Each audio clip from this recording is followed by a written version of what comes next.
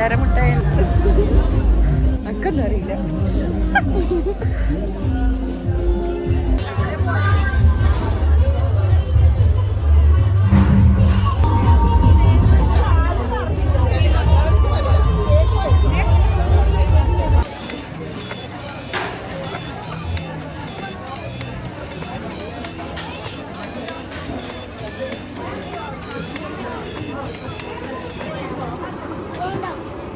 Finally നമ്മൾ ഭക്ഷണത്തിൻ്റെ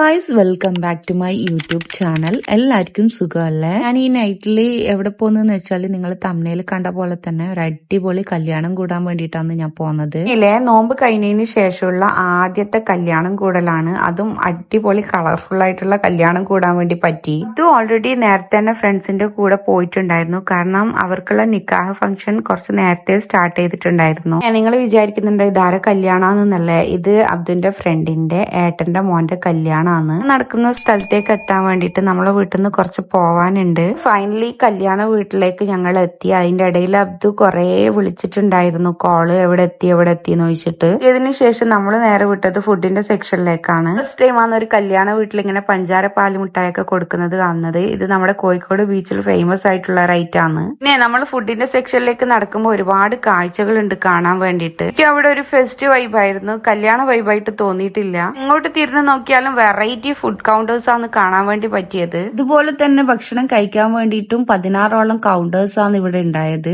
വലിയൊരു കല്യാണത്തിന് പോയി കഴിഞ്ഞാൽ ഭക്ഷണം കഴിക്കാൻ വേണ്ടി കസേരക്കളി കളിക്കേണ്ടി വരും. പക്ഷെ ഇവിടെ ആ ഒരു പ്രോബ്ലം ഉണ്ടായിരുന്നില്ല.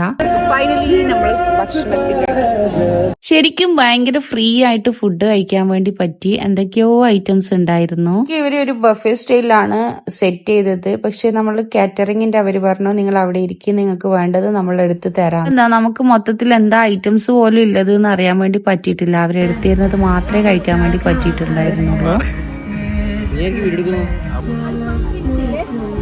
ഈ ഫുഡിന്റെ വീഡിയോ ഒക്കെ എടുത്തുന്നത് കാറ്ററിംഗിന്റെ അവർ തന്നെയായിരുന്നു. Anyway thank you so much. പിന്നെ ഞാനിപ്പോ ഈ എഡിറ്റ് ചെയ്യുന്ന ടൈമിലാണ് ഞാൻ ചിന്തിക്കുന്നത്, വേറൊന്നല്ല നമുക്ക് കഴിക്കാത്ത ഒരുപാട് ഫുഡ് ഐറ്റംസ് ഉണ്ടായിരുന്നു. നമുക്കാണെങ്കിൽ അവര് സെർവ് ചെയ്തത് ചിക്കൻ ബിരിയാണി മാത്രമായിരുന്നു ഗൈസ്. അതെങ്കിൽ അത് കഴിച്ചല്ലേ പറ്റൂ. പൊതുവെ എനിക്ക് ഭയങ്കര ഇഷ്ടമാണ് കേട്ടോ കല്യാണത്തിന്റെ ബിരിയാണി. ഇരക്കളിയൊന്നും ഇല്ലാത്തതുകൊണ്ട് നല്ല പോലെ ആസ്വദിച്ച് കഴിക്കാൻ വേണ്ടി പറ്റിയ ഭക്ഷണം. ലാസ്റ്റ് ടൈമിലേനോ അൽഫാമും പൊറോട്ടയും കൊണ്ട് വന്നത്. അപ്പോഴത്തേക്ക് വയറ് ഏകദേശം ഫില്ലായിരുന്നു. ഫുഡൊക്കെ കഴിച്ച് പുറത്തിറങ്ങി. നൈറ്റിലായാലും ചൂടിനൊരു കുറവും ഇല്ല ഗൈസ്. ഇല്ല, എവിടുന്ന് വീഡിയോ എടുത്തു കഴിഞ്ഞാലും ബാക്ക്ഗ്രൗണ്ടും ഫ്രെയിംസ് ഒക്കെ അടിപൊളിയുണ്ട് കാണാൻ വേണ്ടിയിട്ട്. ഞാൻ പറഞ്ഞില്ലേ ഭക്ഷണം കഴിക്കാൻ വേണ്ടി പോകുമ്പോ ഒരുപാട് വെറൈറ്റി കൗണ്ടേഴ്സ് ഉണ്ട് എന്ന്. അപ്പൊ എനിക്ക് വീഡിയോ എടുക്കാൻ വേണ്ടി പറ്റിയിട്ടില്ല. കാരണം എന്റെ ഹസ്ബൻഡ് പറഞ്ഞു നീ ആദ്യം ഫുഡ് കഴിക്കുക, അതിന് ശേഷം നമുക്ക് നല്ല പോലെ എക്സ്പ്ലോർ ചെയ്ത് കാണാന്ന്. ഇതില്ല ഒക്കെ ലൈവായിട്ടാണ് ഉണ്ടാക്കുന്നത്. ജിലേബി ആയാലും മൈസൂർ പാക്ക് ആയാലും പിന്നെ അറബിക് ഡെസേർട്ട് ഇല്ലേ ലുക്കൈമത്ത് എന്ന് പറയുന്ന, അതും ലൈവായിട്ട് ഇങ്ങനെ മെഷീനിൽ ചുടുന്നത് കാണാൻ വേണ്ടി പറ്റി. ശരിക്കും നല്ല രസമുണ്ടായിരുന്നു അതിങ്ങനെ മേക്ക് ചെയ്യുന്നത് കാണാൻ വേണ്ടിയിട്ട്. ബട്ട് അവിടെ അധിക നേരം നിൽക്കാൻ വേണ്ടി പറ്റിയിട്ടില്ല ഗൈസ്. ഭയങ്കര ചൂടായിരുന്നു. ഇതൊക്കെ കണ്ട് ആസ്വദിച്ച് ഒന്ന് തണുപ്പിക്കാന്ന് വിചാരിച്ചിട്ട് ഐസ്ക്രീം സെക്ഷനിലേക്ക് പോയതാണ്. അവിടെയാണെങ്കിൽ ഐസ്ക്രീമിന് അടിയും പിടിയായിരുന്നു.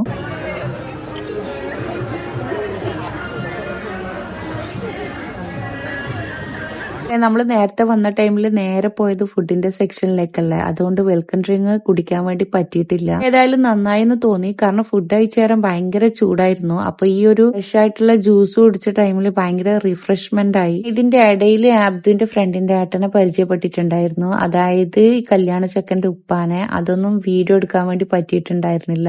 ഒരു അടിപൊളി ഗ്രാൻഡ് ആയിട്ടുള്ള കളർഫുൾ കല്യാണമായിരുന്നു. നല്ല രസമുണ്ടായിരുന്നു കാണാൻ വേണ്ടിയിട്ട്. ഒരുപാട് എൻജോയ് ചെയ്തു.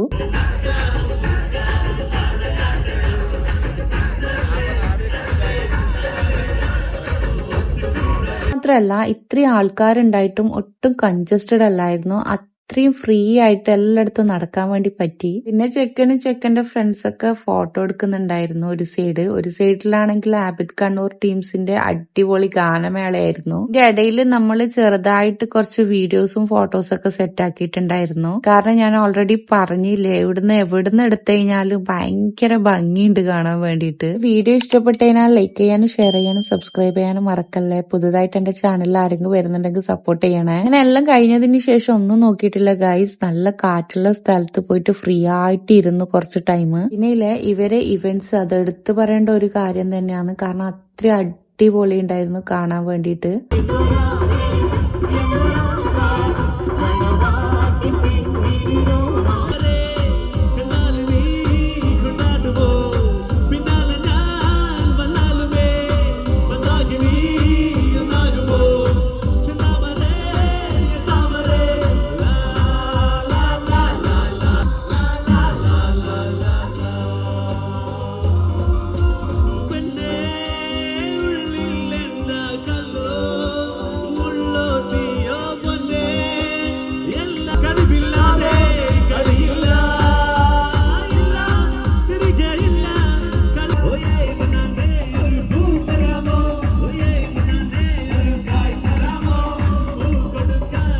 ടൈം അവിടെ പാട്ടൊക്കെ ആസ്വദിച്ചിരുന്നു. അപ്പോഴത്തേക്കും ടൈം പോയത് അറിഞ്ഞില്ല. എനിക്കറിയാത്ത ഒരുപാട് ആൾക്കാർ വന്നിട്ട് എന്നോട് സംസാരിച്ചിട്ടുണ്ടായിരുന്നു. വീഡിയോ ഒക്കെ കാണലുണ്ട്, വ്ളോഗൊക്കെ അടിപൊളി എന്ന് പറഞ്ഞു. ഇത് കേട്ടപ്പോ ഭയങ്കര സന്തോഷം തോന്നി. കാരണം നമ്മളെ വേറെങ്കിലും പുറത്തിറങ്ങുന്ന ടൈമിൽ വീഡിയോ കണ്ട് മനസ്സിലാക്കുന്നതെന്ന് ഓർത്തിട്ട് ഫൈനലി എല്ലാവരുടെ യാത്രയൊക്കെ പറഞ്ഞിട്ട് നമ്മൾ അവിടുന്ന് മടങ്ങി. കാറിൽ കയറിയ ടൈമിൽ എന്തോ സ്വർഗത്തില് ഇല്ല പോലെയിരുന്നു. കാരണം അത്രയും ചൂടായിരുന്നു ഗൈസ് പുറത്ത്. നാട് കാസർഗോഡാണ്, ഇവിടെ തന്നെ ഇത്ര ചൂട്. പിന്നെ ഞാൻ കേട്ടത് എന്ന് പറഞ്ഞാൽ പാലക്കാടാണ് ഏറ്റവും കൂടുതൽ ചൂടുള്ളതെന്നാണ്. ചൂട് തന്നെ നമുക്ക് സഹിക്കാൻ വേണ്ടി പറ്റുന്നില്ല. അപ്പൊ അവരവസ്ഥ എന്തായിരിക്കും? ഇല്ലേ, നിങ്ങളൊക്കെ ഏത് ജില്ലയിലാന്ന് ഇരുന്നിട്ട് എന്റെ വീഡിയോ കാണുന്നൊന്ന് കമന്റ് ചെയ്യണേ. വേറൊന്നും കൊണ്ടല്ല, ജസ്റ്റ് ഒന്ന് അറിയാൻ വേണ്ടിയിട്ടാണ് ഏറ്റവും കൂടുതൽ ഏത് ജില്ലക്കാരാണ് എന്റെ വീഡിയോ കാണുന്നതെന്ന്. അപ്പൊ ഇൻഷാല്ലാ വീണ്ടും ഒരു അടിപൊളി വീഡിയോ ആയിട്ട് കാണാം. അപ്പം എപ്പോഴത്തെ പോലെ ഞാൻ വീണ്ടും പറയാണ്, എന്റെ വീഡിയോ ഇഷ്ടപ്പെട്ട് കഴിഞ്ഞാൽ ലൈക്ക് ചെയ്യാനും ഷെയർ ചെയ്യാനും സബ്സ്ക്രൈബ് ചെയ്യാനും മറക്കല്ലേ. പിന്നെ കൂടെയുള്ള ആ ബെൽ ബട്ടണും കൂടി അമർത്തി കഴിഞ്ഞാലേ ഞാനിടുന്ന വീഡിയോ നിങ്ങൾക്ക് നോട്ടിഫിക്കേഷൻ ആയിട്ട് വരുള്ളൂ.